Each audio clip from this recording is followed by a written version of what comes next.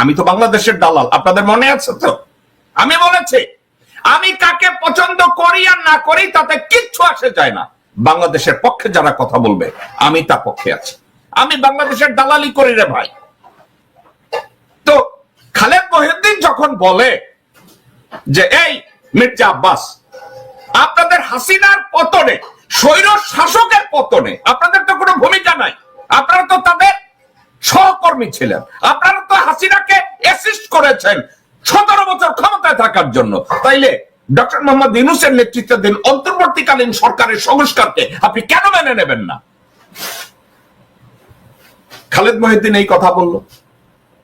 Pinaki Bhattacharya Paris থেকে এটা নিয়ে কথা বলল। আমি এটা নিয়ে কন্টিনিউয়াসলি কথা বলছি। যখন আমরা এগুলো নিয়ে কথা বলছি তখন মির্জা আব্বাস আর টিকে থাকতে পারে নাই।